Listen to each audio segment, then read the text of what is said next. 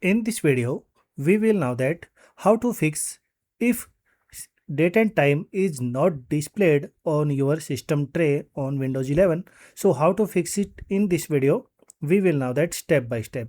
So guys, let's start the video. Right click here start button and click here run and type here control, and after that guys click here OK button.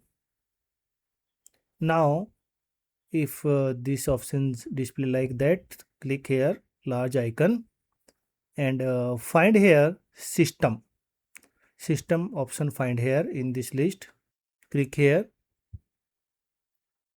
and after that guys find here time and language option. Now click here this option, and after that guys click here date and time arrow button, click here and see this option, so time and date, enable it. So guys, you can see here your date and time is displayed on system tray.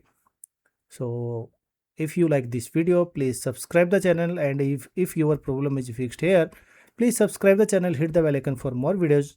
Thank you for watching.